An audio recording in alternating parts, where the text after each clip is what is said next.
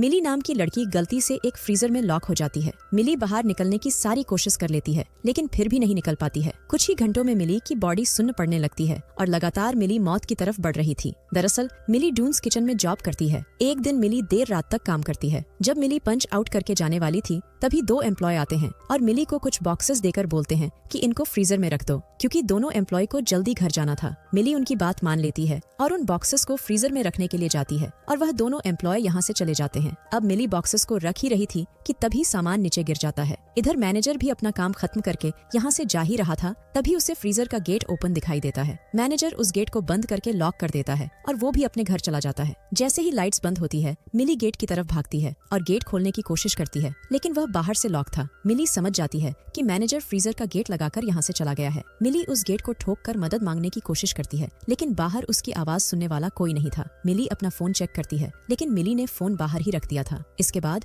मिली एक ट्रॉली की मदद से गेट को तोड़ने लगती है, लेकिन वह गेट बहुत ज्यादा मजबूत था और अब धीरे धीरे फ्रीजर का टेम्परेचर भी कम हो रहा था। इधर मिली के डैड बहुत ज्यादा परेशान होने लगते हैं, क्योंकि आज पहली बार मिली इतना लेट हो गई थी। ये मिली के फोन पर कॉल भी करते हैं, लेकिन उसका फोन बाहर रखा था। इसके बाद ये मिली की सारी फ्रेंड्स से पूछ लेते हैं, लेकिन किसी को नहीं पता था कि मिली कहाँ है। इधर बहुत ज्यादा ठंड लगने की वजह से मिली अपने हाथ और पैर में कपड़े को लपेटकर उस पर टेप लगा देती है, लेकिन फिर भी मिली को बहुत ज्यादा ठंड लग रही थी। तभी मिली 2 बड़े बड़े पंखे को देखती है जो उस रूम को ठंडा कर रहे थे। इधर उसके डैड मिली के बॉयफ्रेंड समीर के घर जाकर मिली के बारे में पूछते हैं, लेकिन उनको भी मिली के बारे में कुछ मालूम नहीं था। इसके बाद ये सभी पुलिस स्टेशन जाकर मिली की रिपोर्ट लिखवा देते हैं। इधर मिली कुछ बॉक्सेस को फाड़कर उन पंखे पर चिपकाने लगती है, लेकिन तभी मिली नीचे गिर जाती है और एक रेग सीधे उसके पैर पर आ गिरती है, जिस वजह से उसके पैर में चोट लग जाती है। इतनी ठंड में चोट के कारण मिली को भयानक दर्द होता है और वह चिल्लाने लगती है।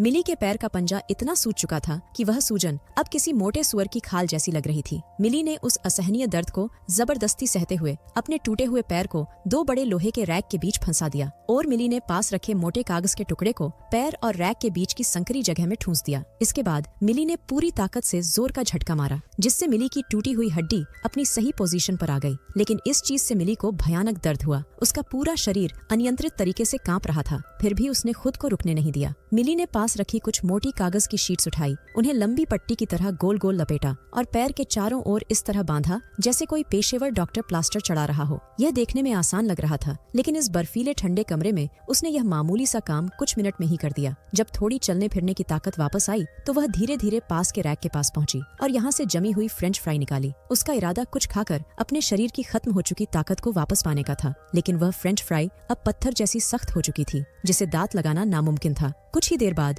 मिली को चॉकलेट का बॉक्स मिलता है और मिली जल्दी से बॉक्स खोलकर चॉकलेट खा लेती है। कुछ देर बाद मिली की नजर पास खड़े उस छोटे चूहे पर गई। न जाने क्यों उसके दिल में दया आ गई। उसने चॉकलेट का एक टुकड़ा तोड़ा और उसे चूहे की तरफ फेंक दिया। अब मिली सिर्फ अपने बारे में नहीं सोच रही थी, उसने ठान लिया कि वह किसी तरह जिंदा रहेगी। इसके बाद मिली ने रेक से लोहे की एक रोड निकाली और उसकी मदद से पंखे पर लगी जाली को हटा दिया। रोड की मदद से पंखे को रोकने की बहुत कोशिश की, लेकिन पंखा नहीं रुका। थक हार कर मिली नीचे बैठ गई। तभी मिली को अपने बैग से एक लाइटर मिला। उसने अपने बैग से यूनिवर्सिटी का वह कीमती अवार्ड सर्टिफिकेट निकाला और उसमें आग लगा दी। फिर अपनी पढ़ाई के अनमोल कागजात को भी जलाने में देर नहीं की। पहली बार देखा था कि किसी के लिए जिंदगी का मतलब भविष्य से भी बड़ा हो सकता है। जलते कागजों की हल्की रोशनी और धीरे धीरे फैलती गर्माहट से उसका शरीर गर्म होने लगा। कुछ ही देर में ठंडा कमरा भी हल्का हल्का गर्म होने लगा और उसकी आंखों में उम्मीद की एक किरण चमकी। यहाँ तक कि दीवारों पर जमी मोटी बर्फ की परतें भी पिघलने लगीं। सब कुछ सही दिशा में जा रहा था। तभी चूहा जैसे खतरे को भांप गया और उसके बैग में घुसकर छिप गया।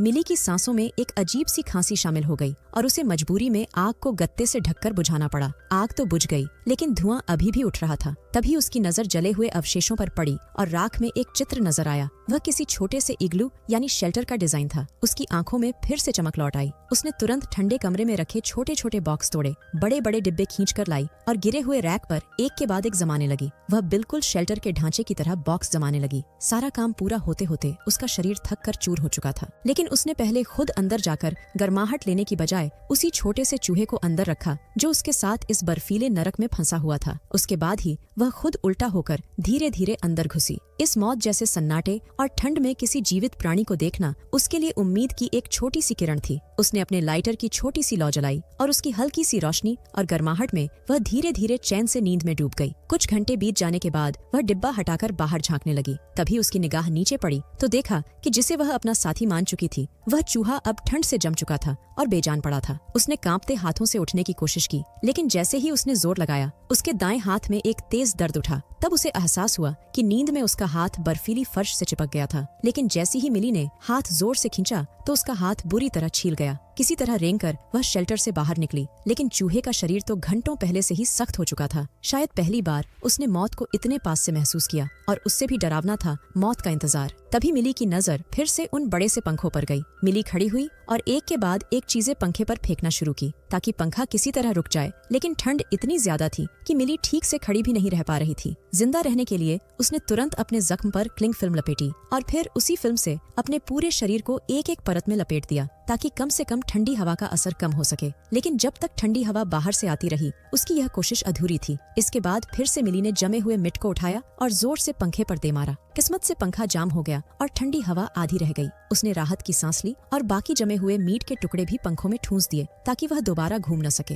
इसके बाद वह दूसरे पंखे की ओर बढ़ी और वही तरीका दोहराने की कोशिश की, लेकिन इस बार मिली की किस्मत साथ नहीं थी। वह पंखों को जाम नहीं कर पाई, उल्टा अपनी बची खुची ताकत भी खत्म कर बैठी और तभी मिली ठंडे फर्श पर गिर गई। अब उसके कपड़ों और बालों पर भी बर्फ जमने लगी थी और उसका गोरा चेहरा भी ठंड से जलने लगा था। इसी बीच बाहर उसकी गैर मौजूदगी की एक रात बिता चुके पिता आखिरकार पुलिस को लेकर वहां पहुंचे। उन्होंने पूरे मॉल को ऊपर नीचे छान मारा, लेकिन दुर्भाग्य से उस ठंडे कमरे को देखना भूल गए जहां उनकी बेटी जिंदगी और मौत की जंग लड़ रही थी। मिली बेहोशी के कगार पर थी। तभी उसकी नजर एक गुप्त रास्ते पर पड़ी। वह एक आपातकालीन निकासी मार्ग था। उसने दरवाजा खोला, लेकिन सामने का नजारा देखकर हैरान रह गई। यह रास्ता सीधे जमीन से करीब 5 मीटर ऊपर खुलता था। इतनी ऊंचाई से कूदना मतलब मौत को गले लगाना। उसने आखिरी उम्मीद के तौर पर एक लोहे की ट्रे उठाई और बार बार दरवाजे पर बजाने लगी ताकि नीचे से गुजरने वाला कोई सुन सके। मिली के हाथ से ट्रे नीचे गिर जाती है और उसके पिता दूर से ट्रे की आवाज सुन लेते हैं। इसके बाद सभी ने जल्दी से फ्रीजर का दरवाजा खोला और आखिरकार इनको मिली मिल जाती है। शायद अगर ये कुछ देर और नहीं आते तो मिली इस दुनिया को अलविदा कर चुकी होती।